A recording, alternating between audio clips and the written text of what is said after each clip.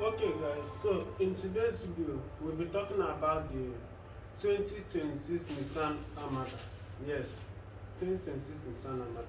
Um, I know that many of you, yes, absolutely many of you don't know about this vehicle. You understand? I know most of you don't know about it, but I can't prove it anyway. Okay, this is the 2026 Nissan Armada. Um, the big daddy of the three-row family SUVs. This is the same. This is not a mid like. This is not a mid-size luxury SUV or mid-budget compact SUV. This is just a full-time family SUV. So like yes, it's on the same category with the Toyota Sequoia, latest LOS. Um, what again? BMW X7, Mercedes GLS, and some other big three-row family SUV. But for this one now, I think it is way more higher than some of its rivals, such as that LOS and Toyota Sequoia, but in the same ranking with the GLS in terms of overall space. So what is it about this vehicle? Seeing this vehicle from the outside, we could say is that all we could say is that just like its rivals, the Toyotas and Lexus, is such a beautiful vehicle. You understand?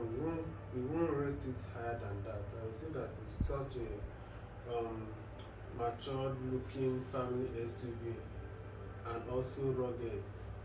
Seeing this SUV from the outside, which is this Nissan Armada, we all can agree that it's a very cool looking, let me say, mature looking SUVs.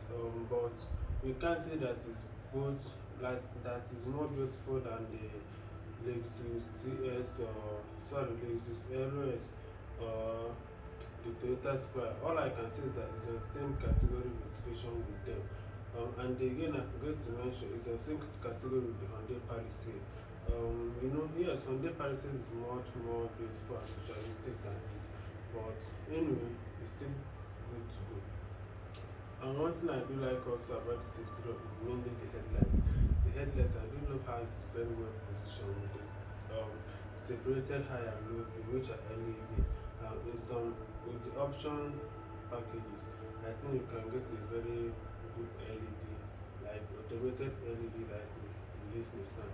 And coming to the powertrain, we do have our 3.5 liter twin turbo V6 engine capable of producing 420 horsepower, I think, which is such a good leap forward categorizing all these things. Because what I want to say is that as far as I review, I haven't seen any other vehicle apart from the Ford, Explorer, that are basically the same V6 engine, that the horsepower they produce is far more bigger than the rivals. If you watch the Toyota Square is, I think, the same engine but with hybrid max to be included in it, to understand. So I don't know, but only this single-handedly without hybrid is just producing 420 horsepower with 559 pound-feet, and also 9-speed automatic transmission, which is very good thing to have in such vehicle. And it's very and concerning how power is routed to the ground, they do have a optional rear wheel drive and all wheel drive, depending the ones you like. You guys get, but I think I just love how the powertrain are being categorized. It's such a good option. I think the Nissans are making a comeback this time after correcting their mistakes. So seeing the interior of this vehicle now, just like the Sequoia and every other three-row family SUV, the interior space is very gigantic. Even seeing the seats, and I think they have up to 6 different rooms in this Nissan now. But they have a special one called the Nismo. Nismo is a sports, but like a car sports mainly taken in Japan, mainly being taken in Japan. I think if you go for that one, everything in it will be very specialized. But for this one now, nothing is being specialized. It's just the highest three of them. So seeing the interior now, everything is very large for being a three-row family SUV. Both the seats, which they do have different type of material finishing, and also what else? Yes, and also you do have your 10-way power adjusting seat with massaging function, three-way person memory seat, and also tons of features, even tons of notification. What is it? The dashboard. The dashboard is very well leather covered dashboard, and same thing goes to the seating. And if you look at this steering, I do love how the steering look. Even the this thing now, even the capacitive touch button that are being placed on them, I do love how they very designed it as well. And seeing this infotainment screen display and cluster gauge, they do want to imitate the Genesis, and you know Genesis, the BMW and Mercedes in terms of this type of dashboard, they are the same. You understand? But it's not a very bad dashboard to do. Then coming to the technology packages, you do have your heated steering wheel, wireless phone charging, tri-zone climate control, which I do love how they like how this feature is not full time scrolling, but just the toggle switch and everything like you can see on the dashboard, like both the sound system, everything are being physically controlled. And optional, if you want to control them via the screen, I think the full setting will be embedded into the software of that screen, which will, depending the design or test, you can go further and make it. But maybe if you're in haste, you can still have the physical buttons to touch. That's such a good thing to have. I do love how they do that. And you do have your push button. On this armada now, we don't have our physical gear shifter, which is something I wish they made optional. You understand? But I don't think they have it optional. They just have to press the push button. And if you go into the reverse mode, you do have your 360-degree rear view camera, which do also have a very good display, both for the inside and outside, to give you a very detailed look of your surrounding. Talking about the reverse camera, you do have a very tons of features. Even the storage capacity of this armada, I will say that it's much more bigger than the Sequoia, but maybe slightly. You understand? Much more slightly, but because me, on my own perspective, I don't know how you do it. From my own perspective, I say that it's much more bigger than that of the Sequoia. But saying the difference, I don't think the difference will be much. And that is your interior rear view, which are also camera fitted. Depending on which one you feel like using, you can use the camera, you can use the normal regular one. And you do have your full-time panoramic sunroof. Also.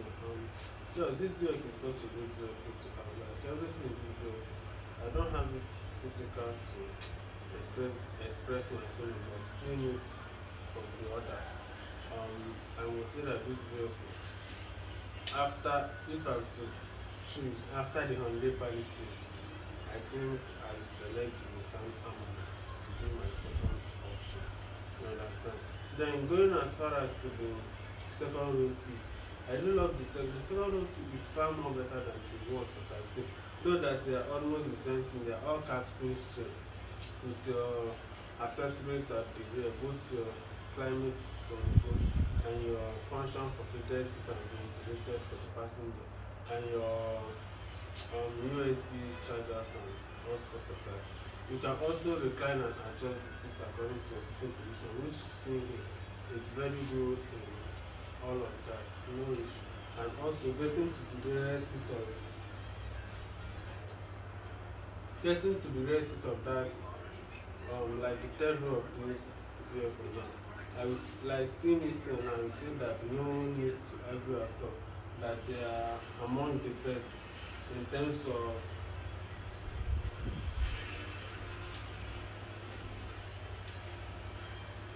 they're among the best in terms of the size. Yes, I say they're among the best in terms of size. Even much more than that is required. Yes, because any terrain seat that is able to make your thigh sit comfortable is much more worth it than the rest. Because seeing it here now, I know that even the headroom is also good for an adult to fit in without complaining of fatigue. And you do have your accessories such as the cup holders, USB cables, accessories, and your air condition venting right there.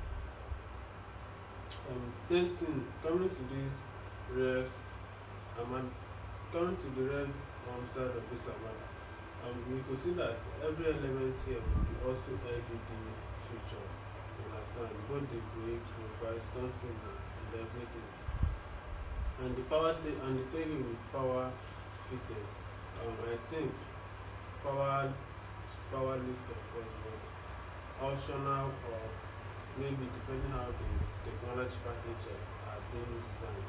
I think they fitted a hands-free power tailgate. Seeing this tailgate is not much more big, but I think it's much okay than the Toyota Sequoia, you understand, and the Hyundai Palisade. But I don't think it have like the gap it used to achieve. Like its gap in greatness is not much, but it is also good. Dropping the third row seat, you still have a good amount of cargo capacity depending on your home haulage you do want.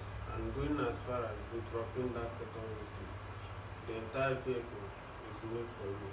I don't think there's anything else that can fit in there unless you are towing one and the way. So guys, that's all for today's video. Please, if you're new to this far and you're watching, please don't forget to like, subscribe, and comment. Anyway, see you guys in the next video.